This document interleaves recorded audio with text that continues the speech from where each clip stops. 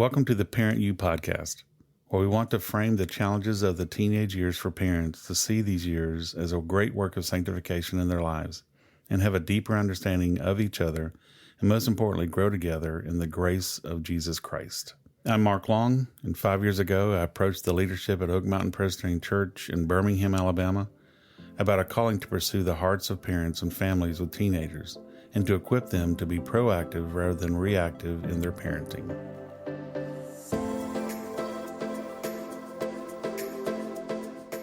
Why won't my kid talk to me?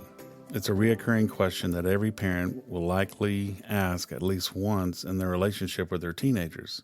Most parents feel an impulsive need to fix things when they sense something is wrong with their kids. But getting the information is like pulling teeth. Trying to fix things can lead to parents feeling frustrated, worried, and can lead to self-doubt. So today, we've invited Jenn Ervin to join in this discussion. Jenn is a counselor with Restore Ministries. She has a master's in social work and works with teenagers and adults to help others experience the freedom and grace of the gospel. Jenn, thanks for joining us today. So glad that you're here. So we're talking about overcoming barriers in communication with teenagers. So let's start by breaking down how would you describe the barriers in communication? Yeah, there's lots of barriers, I think, in walking with our kids. First, I'm a parent of two teenagers, so that kind of gives a different perspective. And then I get the privilege to sit with teenagers all day, every day, most days. So the barriers that I see most often aren't something that I've learned from a conference or read in a book. It's usually from what I hear from the kids specifically, which I elevate because I want to listen to the kids in my office to hear what is standing in the way of connection with their parents, because that is often one of the reasons they're in my office. One of the number one top thing I hear from the kids is my parents don't listen. They're trying to teach or give advice, trying to fix in some way, which I think if we polled parents, they would say, "Oh, I'm listening." But are we listening to give advice, or are we listening just to listen and be present to our kids? And I think that's a different state. Just as parents, not be so quick to fix, but to listen, be present. The second thing I hear from teens is that my parents are always right and I'm always wrong, right? And I get it. I'm a parent. I could often feel that way with my kids. But if we could take a stance of, hey, I want to hear what you have to say. I want to hear how you came to that place. What informs your decision? How did you get there? That's going to make a difference on whether your kid continues to talk to you and tell you more or completely shuts down and shuts you out.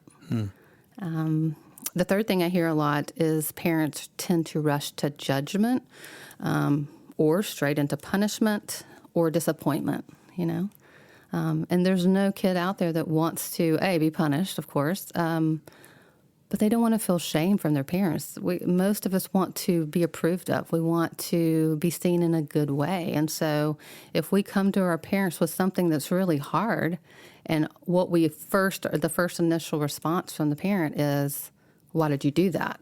And there's disapproval. They're going to shut down. That's pretty much all you're going to get.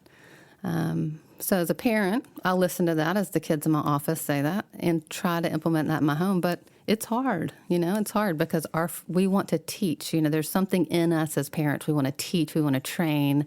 We want to equip our kids well. But in order to do that, the first step is we have to be listeners. We have to be curious. The feeling of judgment, with kids. What causes that in between parents and teenagers? What causes that? Mm-hmm. Well, I think it starts just what our kids are exposed to. There's all sorts of, we could call it judgment, but there's also the comparison factor that our kids are walking in on a daily basis. Yes, in the Instagram world, but also in high schools and middle schools, there's so much comparison.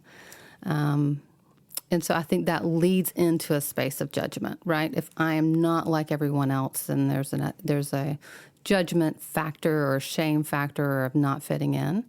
And I have seen this in homes with parents of, I'm not like my parents, or maybe I don't think like my parents, or I might have a differing view of my parents.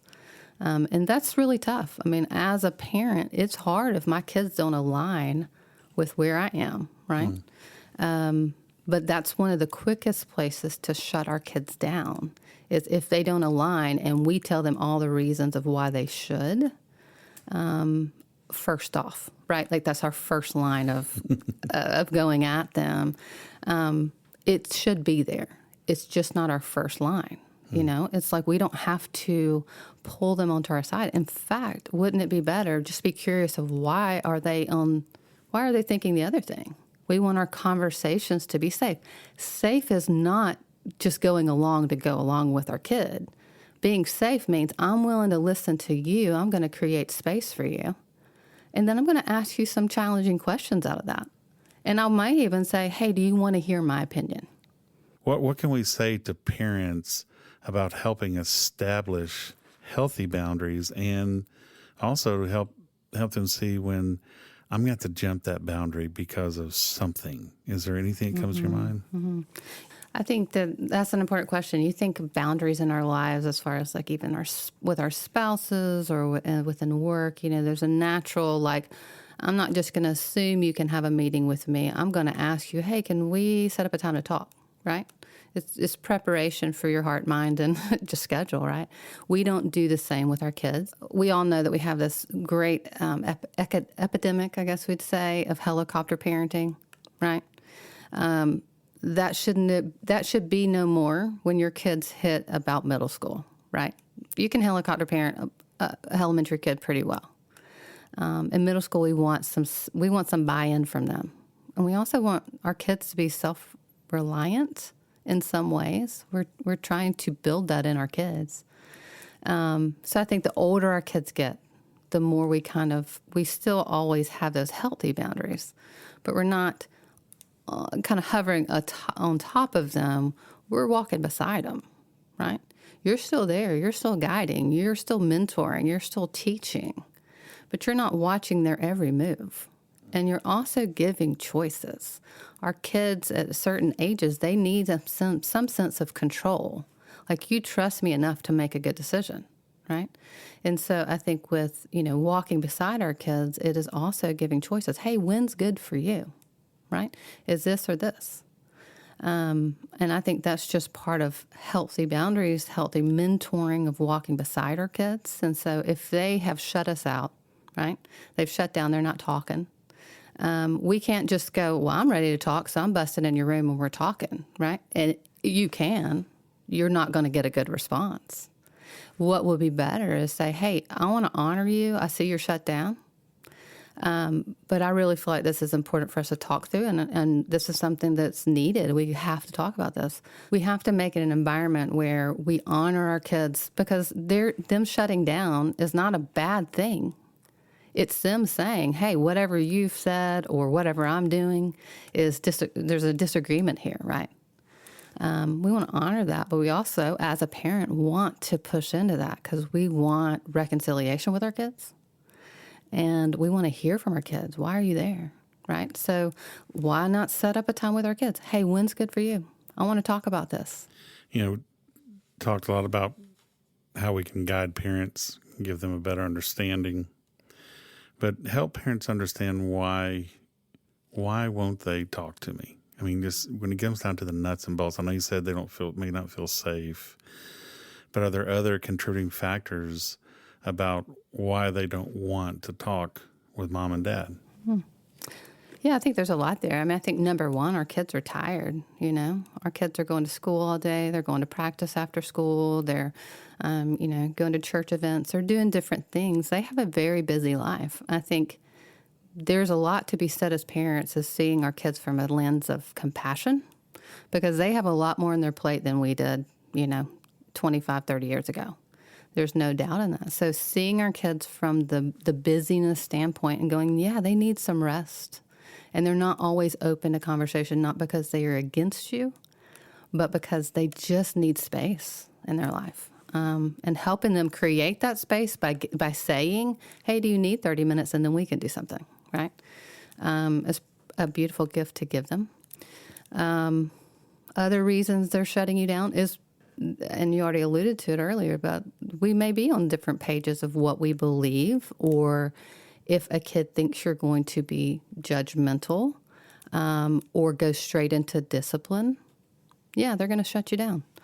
Or if you have a brilliant opportunity to talk to your kids and you use that to go, why aren't you doing your homework? I saw your grades. They're shutting you down, That's not our first line. It doesn't mean we don't talk about those things. But I always say connection. Connect before you correct, right? Connect with your kids in a way like, hey, I really enjoy being with you. You did awesome in that football game the other night. Connect with them. And then you can go on to the things like, hey, I see you're struggling with homework. How can we meet you there, right? Well, I wanted to tie this back in as well to Scripture. And sometimes parents can struggle with placing their value and their worth in their kids. So if their kids are failing, they feel like they're failing. If the kid messes up, which happens all the time, or struggling with something, many parents experience this as a reflection of themselves. If we as parents continue to focus on Christ and realize that our righteousness does not come from our kids, but it comes from Jesus himself. And he is the author and perfecter of our faith, not our kids.